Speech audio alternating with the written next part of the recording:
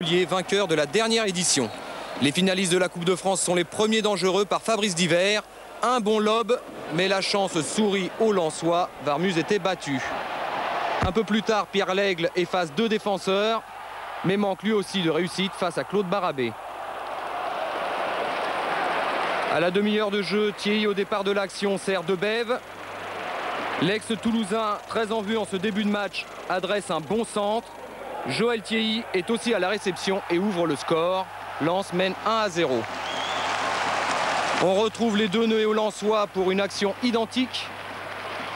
Et là encore, Michael Debève, décidément intenable, fait son numéro et trouve cette fois-ci Oman Biyik pour le deuxième but lensois. La seconde période sera une histoire de pénalty. Montpellier d'abord pour une faute d'Arsène sur l'Aigle. Bruno Carotti pour tirer ce pénalty.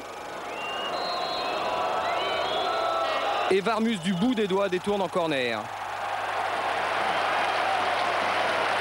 Montpellier réduit tout de même le score un peu plus tard avec ce but curieux de Bonicel. Centre ou tir, on ne sait pas trop, mais M. Dependis, après un moment d'hésitation, accorde le but. Arrive alors le deuxième pénalty. L'ex-Havrais Joël Thierry inscrit là son deuxième but de la soirée.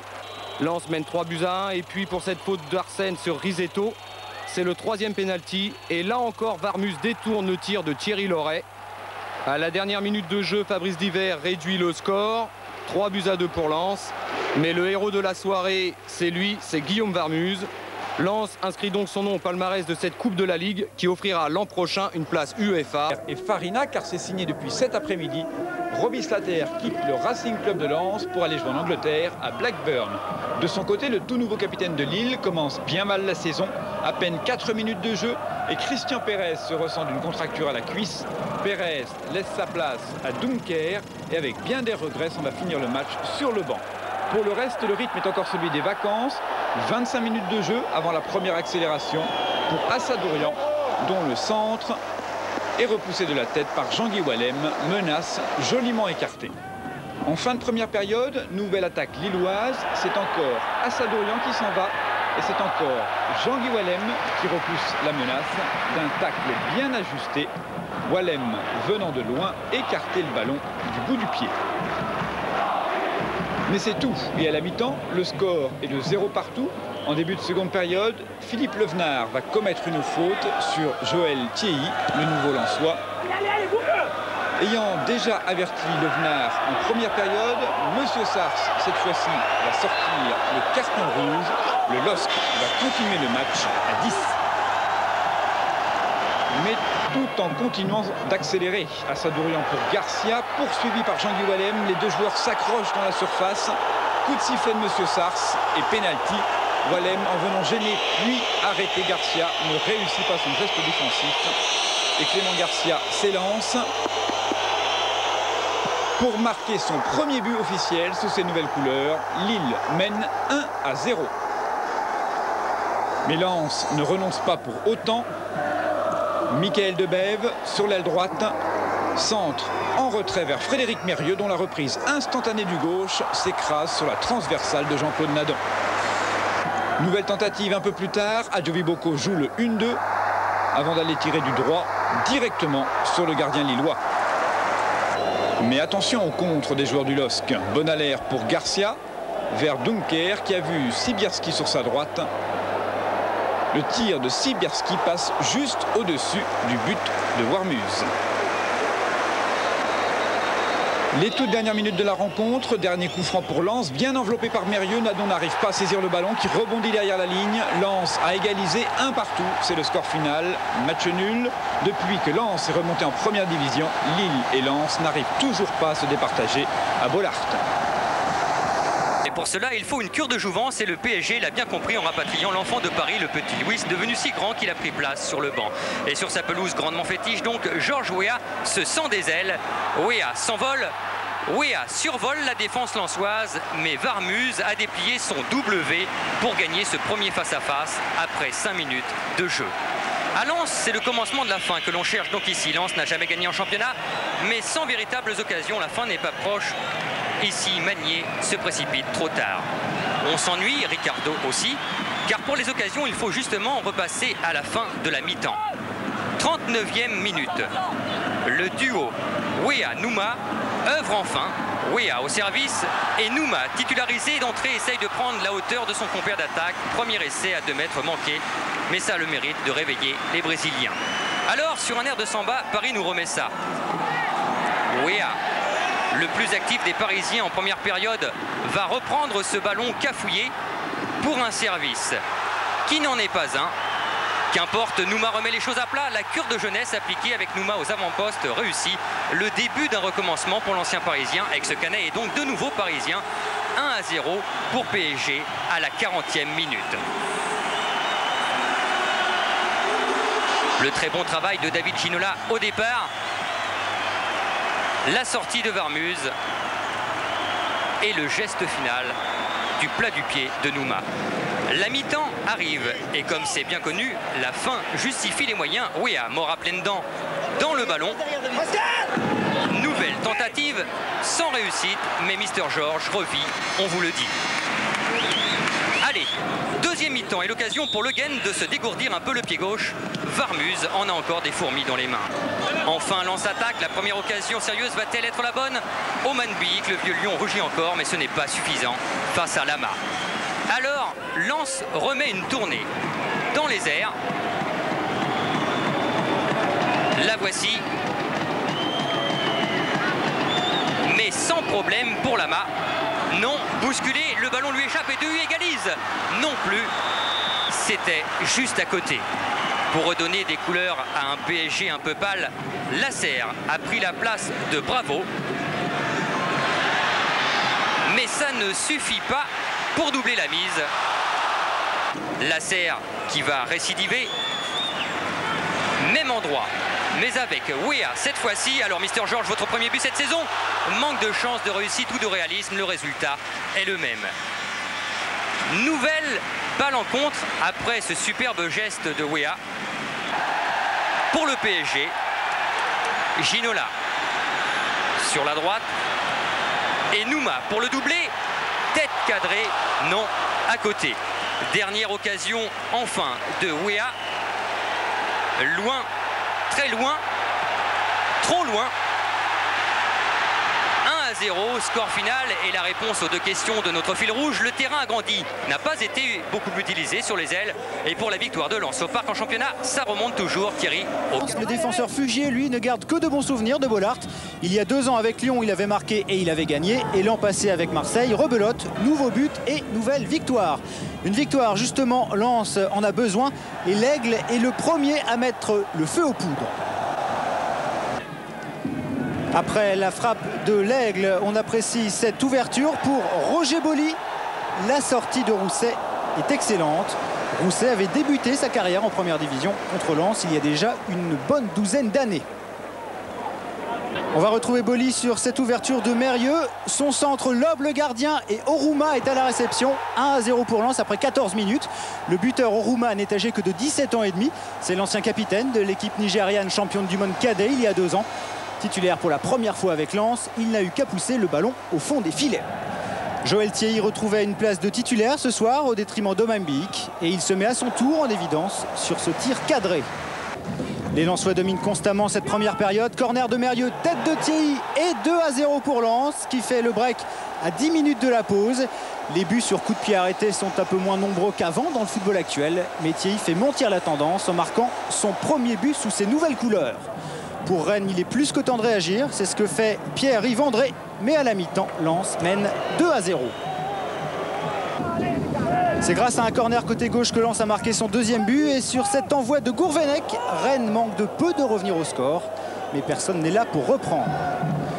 Lens continue de contrôler la situation et procède par accélération. Centre de l'Aigle. Thierry tente le ciseau mais il se gêne avec De Hu. Boly frappe, Ilief repousse mais l'arbitre accorde le but.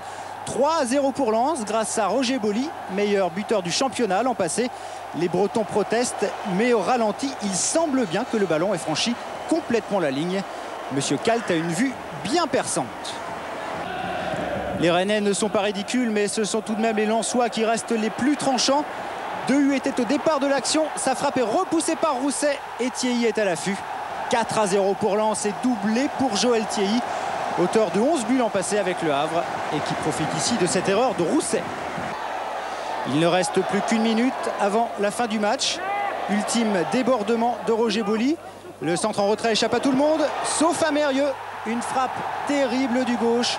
Et Rousset est une nouvelle fois battu. 5-0 après le match nul face à Lille à domicile. Lens a remis les choses au point.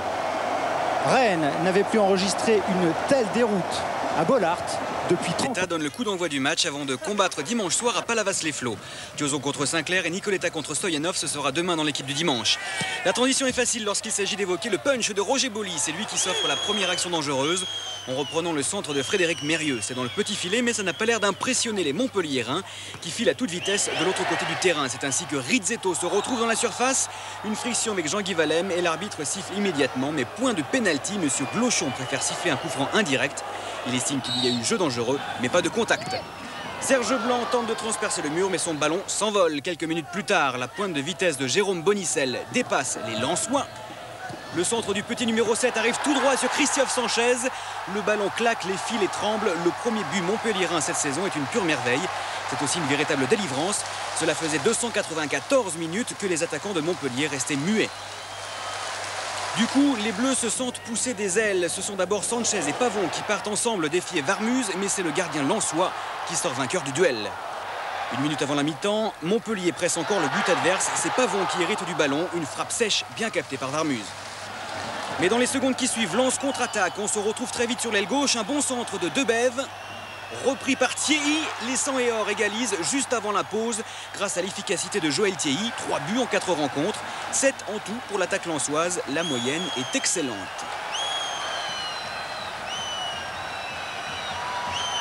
La seconde période est celle des occasions manquées. Manquée pour Roger Boly qui ne parvient pas à reprendre ce nouveau centre de Debève. Manquée pour Michel Pavon à la réception du centre d'Alicart. La rencontre devient chaotique, le temps est à l'orage et les esprits s'échauffent. Serge Blanc croit au mauvais geste de Mérieux. Il se fait justice de la plus vilaine des manières. Il est immédiatement expulsé. Puis c'est Pierre Lègle qui malmène Alicart. Deuxième carton jaune, c'est l'expulsion. Patrice Berg fait entrer Marc-Vivien Foé pour les dernières minutes, histoire de goûter du bout des lèvres à la première division française. Foé reçoit un de ses premiers ballons, il est stoppé à l'entrée de la surface. Le coup franc est tiré par Eric Sicora, il reste 5 minutes à jouer. Et Sicora donne le but de la victoire à Lens avec l'aide de la transversale. Barabé reste médusé, son équipe enregistre sa 4e défaite consécutive et c'est lui qui involontairement envoie le ballon dans son but. Et pour tout vous dire, il fait partie des joueurs culottés. La preuve. Son nom, Wilson Oruma. Mon second est suédois. Il est un peu moins jeune, mais il mesure 1,90 m. Alors le jeu de tête, c'est plutôt son domaine. Son nom, Henrik Bertilsson. Mon tout égale 2 noms pas encore connus, 2 noms qui enflamment une première période haletante. Oruma encore dans un exercice différent. La frappe lointaine et bien enroulée juste au-dessus de la transversale d'Éric Durand. Très culotté, le gamin, décidément, comme toute son attaque. D'ailleurs, Thierry vers Debève, qui centre, Roger Boly en retrait et qui surgit, le jeune Wilson. C'est à côté, mais le ballon au départ avait été dévié. Autre qualité lensoise, l'opiniâtreté. Centre de Mérieux, Durand repousse, frappe de Thierry contrée, Boly récupère et marque. Mais derrière la ligne, un drapeau s'est levé. On pense à une main lensoise que monsieur Lenné n'aurait pas vue, mais c'est bien de hors-jeu qu'il s'agit. Au moment de la frappe de Thierry, il n'y avait qu'un défenseur entre la cage et Boly. Le but, logiquement, est illégal. Opiniâtreté suite, plus une belle dose de technicité. Oruma, Boly, Thierry et Oruma qui conclut un but vraiment superbe. Le trio magique vient de frapper sans perdre de temps, sans contrôle inutile. Si beau que le ballon n'a pratiquement pas touché terre. Et à 18 ans, Wilson, le Nigérian, inscrit déjà son 2e but de la saison. Dès la reprise, Martix s'aborde un peu ses chances. Guillaume Bouisset fauche Thierry. L'arbitre applique la règle sur son carton rouge. Le tacle était méchant, il venait de l'arrière. C'est logique. Quelques secondes plus tard, les 11 Lensois sont déjà sur le but d'Eddy Martégo, centre de Mérieux et au bout la tête de Joël Thierry. Bollaert explose, 4e but pour l'ancien Havrais en 5 matchs depuis le début du championnat. Alors les Blancs vont-ils subir le même sort que le Stade Rennais, battu 5-0? Pas sûr. Ralaï Kera a vu Didier Tolo qui se détend dans les airs et lobe Varmuz. Réaction immédiate, 3 minutes après le deuxième but lensois. Martigues se remet à espérer. Attention, coup franc pour Ali Benarbia, frappe limpide et détente décisive de Guillaume Varmuz qui claque le ballon sur sa transversale. C'est chaud et pourtant les joueurs d'Aix-Braia sont toujours en infériorité numérique. Martigues, toujours, Benarbia décale Tolo qui tire sans contrôle, mais Varmuz est toujours là et les Blancs n'égaliseront pas. Reste que ce lance Martigues fut tout simplement palpitant. Ghanéen Anthony Bafo, pas moins de 8 joueurs africains alignés au coup d'envoi. En ambassadeur de mondialistes, Mohamed Chaouch, le Marocain, qui a refusé cette semaine de rejoindre Henri Michel en Arabie Saoudite. Et puis côté lensois, première titularisation du Camerounais Foé, 19 ans, présenté par Gervais Martel comme un Desailly bis, rien de moins. Foé et son mètre 88, bien utile sur les coups de pied arrêtés, et lance après un échange l'Aigle-Boli, hérite justement après un quart d'heure de jeu de son premier corner. La défense niçoise n'a Dieu que pour Joël Thiégy et oublie totalement 18 mètres, 2 qui ne se pose pas de question, frappe en pleine lucarne. L'attaque lensoise a encore frappé, c'est la meilleure du championnat, son 11e but cette saison.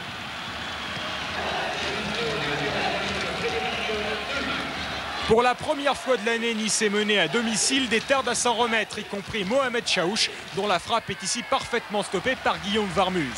La pause approche, Nice accélère. Collet est à la touche, Denef, lui, centre, et Mangion déploie son mètre 85 et devance Letizy à 2 minutes de la mi-temps. Nice égalise. L'ancien meilleur buteur de seconde division marque son premier but sous ses nouvelles couleurs. Albert Raymond l'avait ce soir repositionné dans l'axe. Bien joué.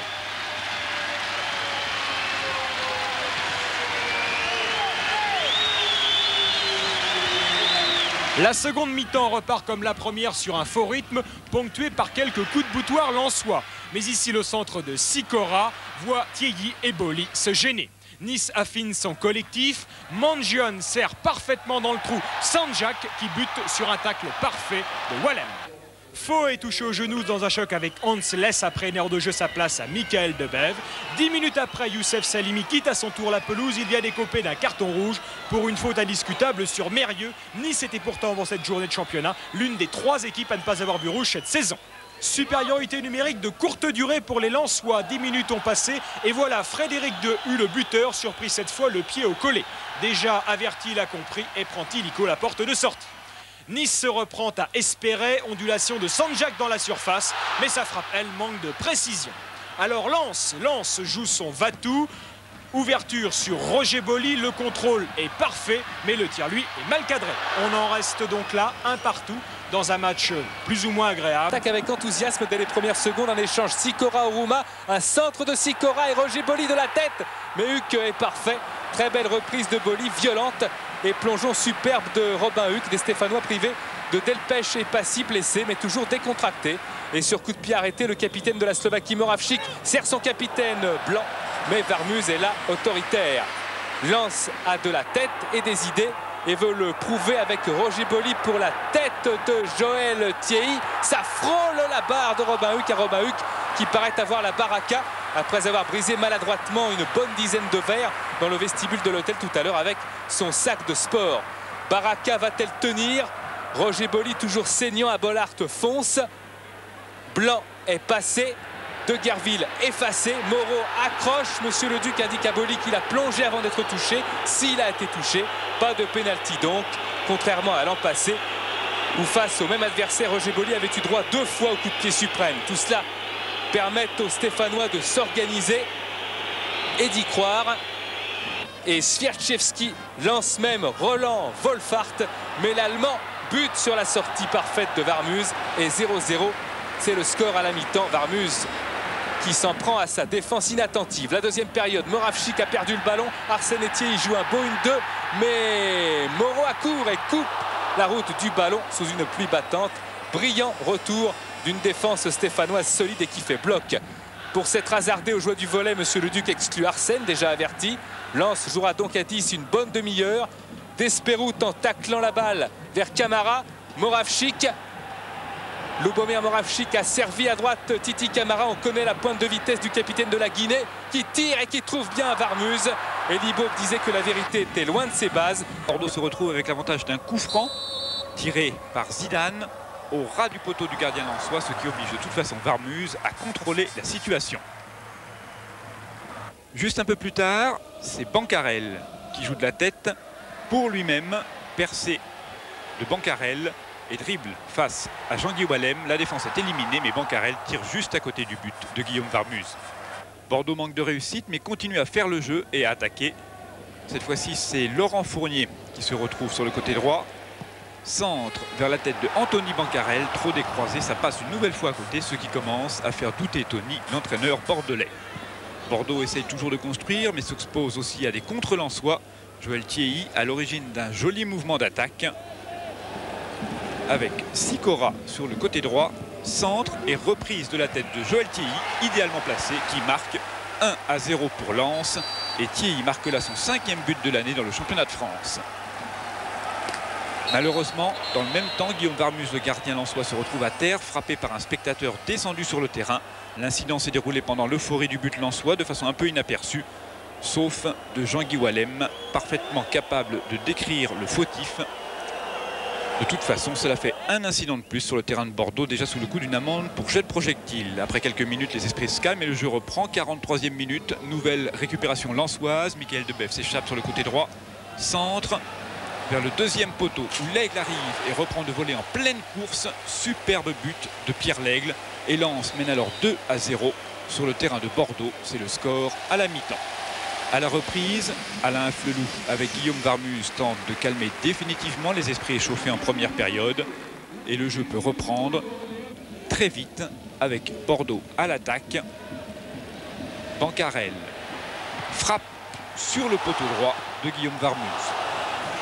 Bordeaux passe l'essentiel de la seconde période à tenter de refaire son retard.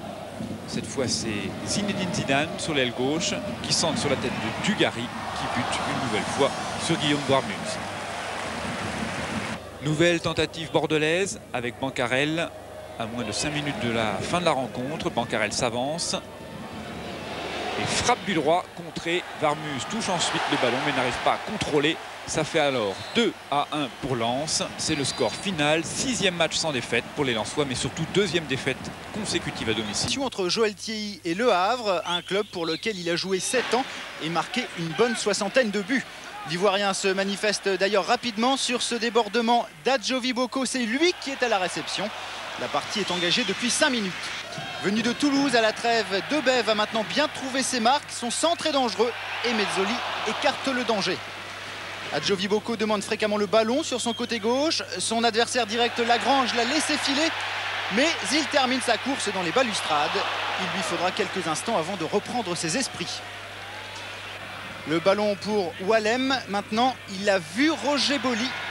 Mais Revaux est bien placé.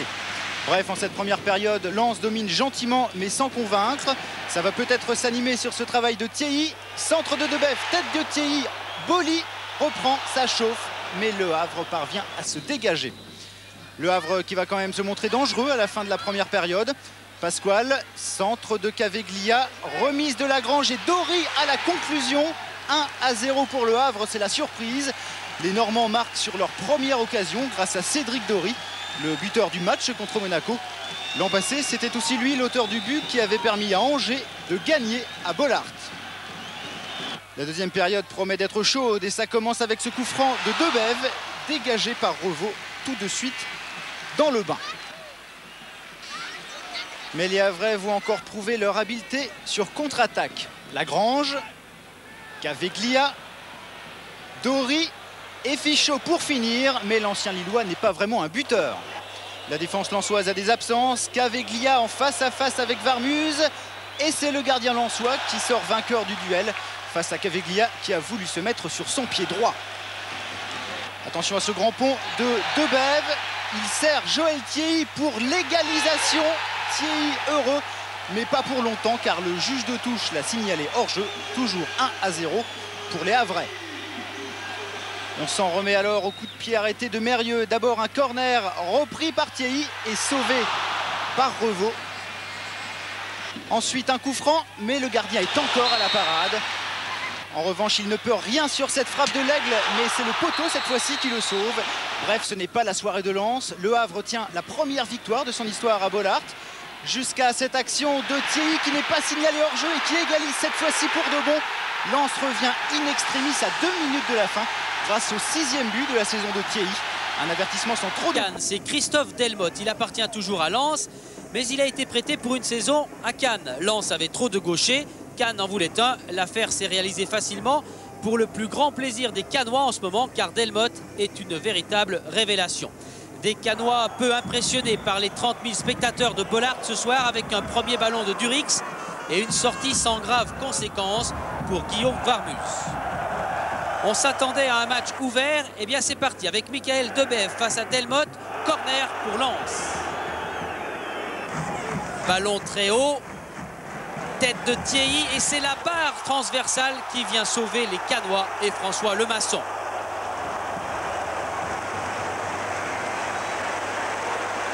Le pressing de Lens s'amplifie au fil des minutes. Ouverture de Oruma, remise de l'Aigle pour Roger Boly, instantanément une frappe en pleine course et encore le réflexe de Lemasson. Remise de l'Aigle, contrôle de Boly et frappe du gauche. Cannes est dominé mais ne s'affole pas. Au contraire, Delmotte comme ici va...